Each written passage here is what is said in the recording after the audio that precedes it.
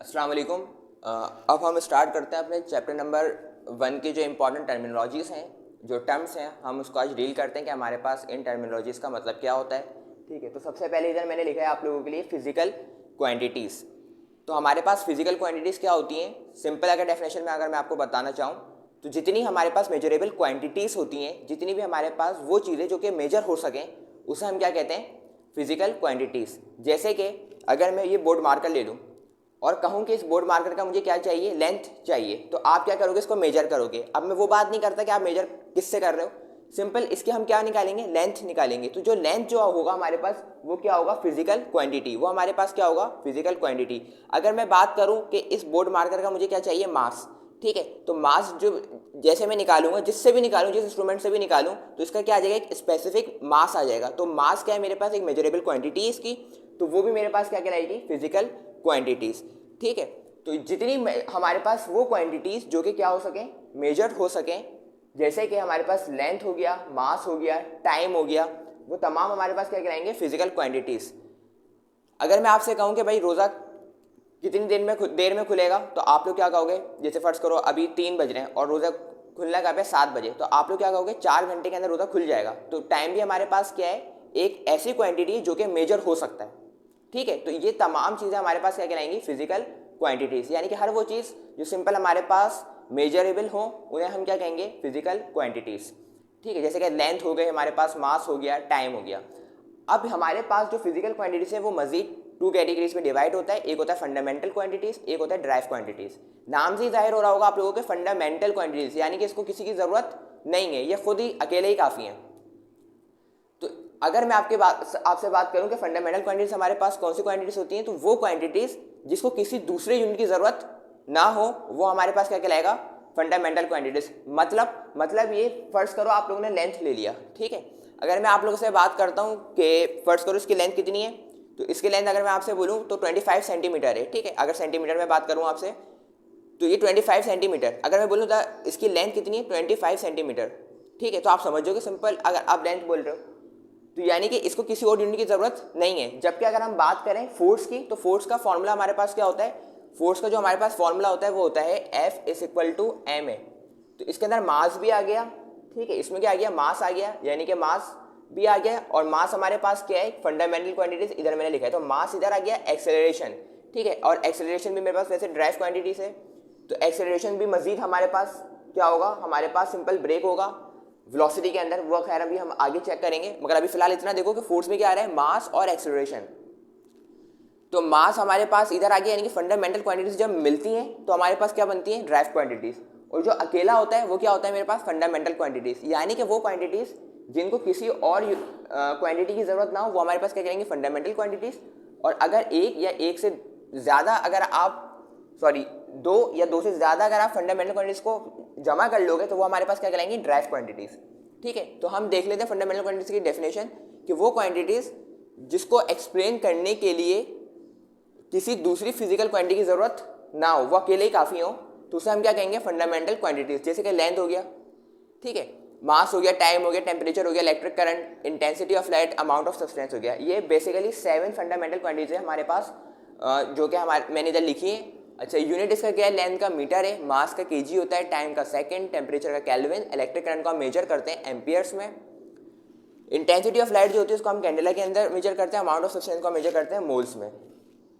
ठीक है, खैर अब इसको मजीद हम आगे पढ़ेंगे बाकी चैप्टर्स में। अभी फिलहाल इतना आप लोगों को जानना जरूरी है कि हमारे पास 7 बेसिकली फंडामेंटल क्वांटिटीज होती हैं, और बाकी जितनी क्वांटिटीज मजीद हम बनाएंगे वो इनका कॉम्बिनेशन होगा। क्या होगा, इनका कॉम्बिनेशन होगा, ठीक है। अच्छा, ड्राइव क्वांटिटीज हमारे पास क्या है, वो क्वांटिटीज जिसको एक्सप्लेन किस बेस पे होगा, वो फंडामेंटल क्वांटिटीज के ऊपर वो क्या होगा, एक्सप्लेन होगा, उससे हम क्या कहेंगे, ड्राइव क्वांटिटीज। जैसे कि फोर्स में भाई क्या है, मास भी एक्सेलरेशन भी है, ठीक है। तो दोनों हमारे पास, मास हमारे पास क्या है, मास हमारे पास फंडामेंटल क्वांटिटी है, ठीक है। अच्छा, एक्सेलरेशन भी हमारे पास ड्राइव है, मगर इसको हम मजीद देखेंगे तो ये भी हमारे पास कहाँ से आ रहा होगा, फंडामेंटल से ही आ रहा होगा। तो यानी कि हमारे पास ये क्या है, कॉम्बिनेशन है फंडामेंटल क्वांटिटीज का। कौन, अगर हमारे पास एक हो क्वांटिटी तो वो हमारे पास फंडामेंटल क्वांटिटी है, ठीक है, अगर समझाएं। और ड्राइव क्वांटिटी क्या है, इनका कॉम्बिनेशन है, तो वो इनका कॉम्बिनेशन हमारे पास क्या करेगा, सिंपल ड्राइव क्वांटिटीज। जैसे कि वर्क हो गया, पावर हो गया, एनर्जी हो गया, ऐसी बहुत सारी एग्जाम्पल है हमारे पास ड्राइव क्वांटिटीज की, ठीक है। सिंपल हर वो चीज़ जिसको जो मेजर हो सके उसे हम क्या कहेंगे, फिजिकल क्वांटिटीज़ कहेंगे। और ये दो कैटेगरीज में डिवाइड होता है, एक होता है फंडामेंटल, एक होता है ड्राइव। फंडामेंटल मतलब इसको किसी यूनिट की एक्सप्लेन करने के लिए इसको किसी दूसरी यूनिट की ज़रूरत नहीं है। अगर हम बात करें ड्राइव क्वांटिटीज़ की तो ये बेस किस पे करते हैं, फंडामेंटल क्वांटिटीज़ पे, ठीक है। तो ये हमने क्या पढ़ा, फिजिकल क्वांटिटीज़ और उसकी टाइप्स पढ़ी। अब हम दूसरी चीज़ पढ़ते हैं, डेंसिटी। कि हमारे पास डेंसिटी क्या होता है, तो मैंने डेंसिटी की डेफिनेशन क्या लिखी है, the mass of a substance per unit volume is called density. Density क्या होती है मेरे पास, सिंपल अगर मैं आप लोगों को इधर दिखाऊं, डेंसिटी क्या लिखा मैंने, मास लिखा पर यूनिट वॉल्यूम।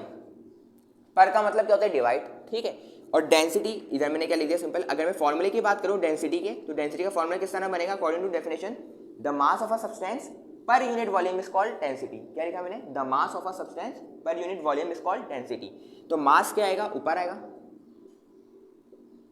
नीचे क्या आएगा, सिंपल वॉल्यूम, नीचे क्या आएगा, वॉल्यूम। यानी कि अगर मैं बात करूं मास पर वॉल्यूम तो वो मेरे पास क्या कहलाता है, डेंसिटी कहलाता है। क्या कहलाता है हमारे पास, डेंसिटी कहलाता है। तो डेंसिटी का फॉर्मूला क्या होगा, मास अपॉन वॉल्यूम। डेंसिटी को हम शो करते हैं रॉ से, किससे शो करते हैं, रॉ से। पी बनाते हैं और पी को थोड़ा आप इस तरह से कर्व कर दिएगा, ठीक है। तो इसको हम कहते हैं रॉ। तो डेंसिटी का फॉर्मूला क्या होता है, मास पर वॉल्यूम, और इसको हम रॉ से शो करते हैं। तो डेंसिटी की डेफिनेशन क्या है, the mass of a substance per unit volume is called density. अब डेंसिटी का मैं आपको एक एग्जांपल देता हूँ। फर्स्ट करो, एक आपने कंटेनर लिया, ठीक है, और एक और कंटेनर लिया। इस कंटेनर को नाम दे देते हैं ए, इस कंटेनर को हम नाम दे देते हैं बी। इसका वॉल्यूम फर्स्ट करो, अच्छा इन दोनों का वॉल्यूम सेम है, देखो इधर, हाँ इन दोनों का वॉल्यूम क्या है हमारे पास, सेम है। जितना वॉल्यूम इसका है उतना वॉल्यूम इसका है, यानी जितनी जगह इधर है उतनी जगह इधर है, ठीक है। अगर मैं इधर आपसे बात करूं, इधर मैं फिल कर लेता हूं वाटर, क्या फिल कर लेता हूं, वाटर, ठीक है। अच्छा इसका वॉल्यूम जो है ना वो कितना है, इधर मैं सपोज कर लेता हूं वॉल्यूम इसका 2 लीटर इसका वॉल्यूम है, ठीक है। और इसका वॉल्यूम भी कितना है, 2 लीटर। अब इधर मैंने क्या डाल दिया, वाटर डाल दिया, और इधर मैं डाल देता हूँ शहद को डाल देता हूँ, ठीक है। इधर मैंने हनी डाल दिया, यानी कि शहद डाल दिया। अब क्या करते हैं, एक कंटेनर में मैं बात कर रहा हूँ वाटर की, एक में मैंने शहद डाल दिया। इसका वॉल्यूम कितना है, 2 लीटर, इसका भी कितना है मेरे पास वॉल्यूम, 2 लीटर। यानी कि वॉल्यूम इन दोनों का क्या है, सेम है। यानी कि अगर मैं नीचे वाली की बात करूँ वॉल्यूम की, वॉल्यूम क्या है मेरे पास, सेम है, ठीक है। अगर मैं बात करूँ, अगर मैं आपसे पूछूं कि इसके अंदर से गहरा, यानी कि हमारे पास इसके अंदर गाढ़ा कौन सा होता है, कौन सी चीज़ होगी, कौन सा मटेरियल होगा, तो आप लोग कहोगे सर यकीनन हनी होगा हमारे पास। शहद क्या होगा, ज़्यादा गाढ़ा होगा, क्योंकि इसकी डेंसिटी हमारे पास क्या होगी, सिंपल ज़्यादा होगी। तो इसका जो मास होगा ना हमारे पास हनी का, यानी शहद का, वो क्या होगा, इधर ज़्यादा होगा। इधर मास क्या होगा हमारे पास, हनी का ज़्यादा होगा, जबकि वाटर में क्या होगा हमारे पास, मास कम होगा। और हमने देखा कि वॉल्यूम इन दोनों का क्या है, सिंपल सेम है।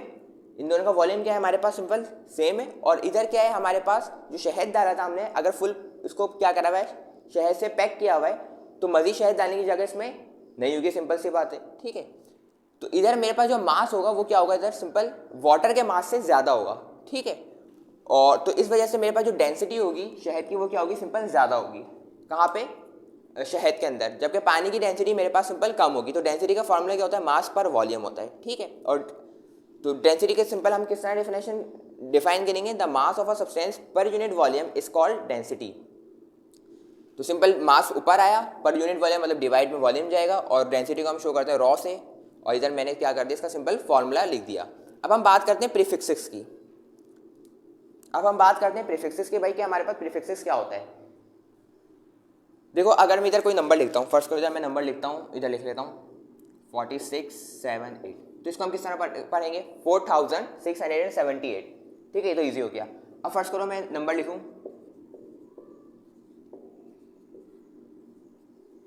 ठीक है, कितना लेंथी नंबर मैंने इधर लिख दिया है, तो इसको पढ़ना क्या हो जाएगा मेरे लिए, मुश्किल हो जाएगा, और मैं इसको बार बार लिखते रहूँगा, ये भी मेरे लिए मुश्किल हो जाएगा। तो इसके लिए हम क्या इस्तेमाल करते हैं, प्रीफिक्सेस। इसके लिए हम क्या इस्तेमाल करते हैं, प्रीफिक्सेस, यानी कि शॉर्टकट इस्तेमाल करते हैं। क्या इस्तेमाल करते हैं हम इधर, सिंपल इधर हम जो इस्तेमाल करते हैं, इधर हम इस्तेमाल करते हैं शॉर्टकट्स इस्तेमाल करते हैं, ठीक है। अच्छा फर्स्ट करो मैं इसको कम कर देता हूँ, इन नंबर ऑफ डिजिट्स को मैं कम करके इधर कर लेता हूँ 6, 1 2 3 4 5, एक और बढ़ा लेते हैं, ठीक है, हाँ एक और बढ़ा देते हैं। तो ये मैंने क्या लिख दिया, एक लार्ज नंबर लिख दिया, ठीक है। अब इसको हम क्या करते हैं, शॉर्टकट में इस्तेमाल करते हैं, ताकि इसको हम क्या कर सकें, इसको कंडेंस कर सकें, ठीक है। अगर इसको हम शॉर्टकट इस्तेमाल किस तरह कर सकते हैं, सिंपल देखो इधर पॉइंट था 1 2 3 4 5 6 7, मुझे फर्स्ट करो मुझे 46 के बाद पॉइंट चाहिए, तो कितना हमने मूव करा 46.78, कितना मूव करा था फिर गिनो 1 2 3 4 5 6, ठीक है। हमने कितना मूव करा, सिंपल हमने मूव करा 6, और राइट टू लेफ्ट गए तो हमारे पास जो पावर होगी वो किस में होगी, सिंपल पॉजिटिव के अंदर होगी, ठीक है। अच्छा ये मैंने इसको शॉर्टकट में लिख दिया, यानी कि ये मेरे पास स्टैंडर्ड नोटेशन थी, ये मेरे पास साइंटिफिक नोटेशन में लिख दिया शॉर्टकट के अंदर, यानी इतना बड़ा नंबर लिखने से बेहतर है कि मैं इस तरह लिख दूँ। अब जो मेरे पास ये जो एक्सपोनेंशियल 6 है, एक्सपोनेंशियल 6 का इधर मैंने मतलब क्या लिखा हुआ है, एक्सपोनेंशियल 6 का मतलब मेगा, क्या होता है हमारे पास, सिंपल मेगा। मेगा को हम किससे डिनोट करते हैं, कैपिटल एम से, किससे, कैपिटल एम से। तो मैं इस 46.78 को मैंने ऐसे ही लिखा, गौर से देखना इधर, 46.78 को मैंने ऐसे ही लिखा। इस एक्सपोनेंशियल 6 की जगह मैंने क्या लिखा, इस एक्सपोनेंशियल 6 की जगह क्या लिखा, मेगा, यानी कि कैपिटल एम।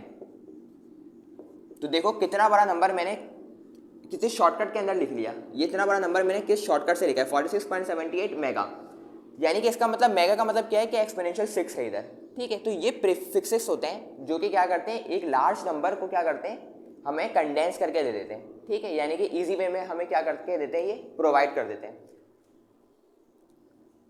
तो इधर मैंने प्रीफिक्सेस की डेफिनेशन क्या लिखी है, the word or letter added before a unit, जो हमारी क्या होता है यूनिट से पहले लिखा जाता है, ठीक है।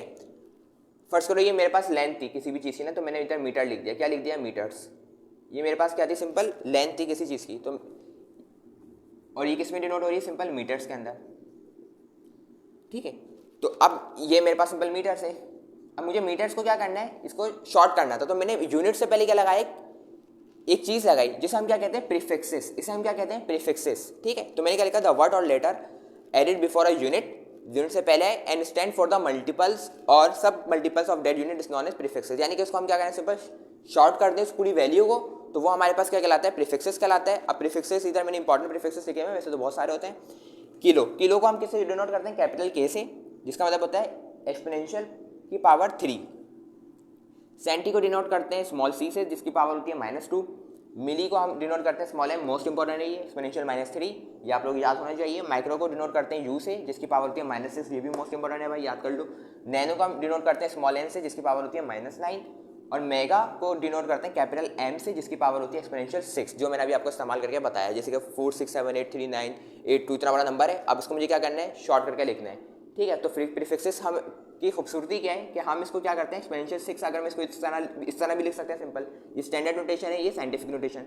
इस एक्सपोनेंशियल 6 की जगह मैंने क्या लिखा, मेगा लिखा, तो ये पूरी वैल्यू मेरे पास इस पूरी वैल्यू के बराबर है, ठीक है। तो इस तरीके से मैंने क्या करा, सिंपल हम प्रीफिक्सेस का इस्तेमाल करते हैं ताकि हम किसी भी लार्ज वैल्यू को क्या करें, कंडेंस कर सकें, ठीक है। तो इस तरीके से अभी हमने क्या पढ़ा, फिजिकल क्वांटिटीज, उसकी टाइप्स पढ़ी कि हमारे पास फंडामेंटल क्वांटिटीज होती हैं, ड्राइव क्वांटिटीज होती हैं, फिर डेंसिटी पढ़ा, फिर प्रीफिक्सेस पढ़ा, ठीक है।